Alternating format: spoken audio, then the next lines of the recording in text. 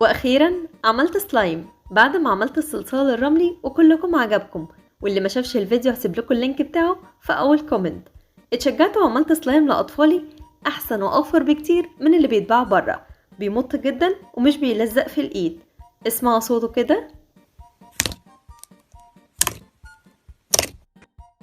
وكل اللي احتاجته نص كيلو غيرة تقيل او من النوع اللي اسمه اوكي، والوان فوسفورية من بتاع البويات ودي رخيصة جدا، او الوان طعام وجليتر ده اضافي عشان تدلع عيالك.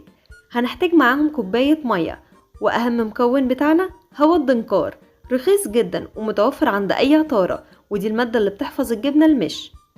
هنجيب اي اناء فاضي عندنا ونضيف عليهم حوالي 100 جرام من الغرة، ونضيف عليهم 4 معالق كبيرة من المية. هنقلبهم مع بعض كويس لحد لما يبقى القوام كده، وبعدين نضيف عليهم اي لون انت حباه، وباقي الكوباية ضيف عليهم معلقتين صغيرين من الدنكار وقلبيهم كويس مع بعض. وبعدين ضيفي مقدار معلقة كبيرة على الغرة لحد لما المكونات كلها تلم مع بعض بالشكل ده. ولو حسيت ان العجينة لسه بتلزق وما تمسكتش هتضيفي كمان معلقة صغيرة من محلول الدنكار، وهنسيب العجينة تستريح من 10 دقايق لربع ساعة.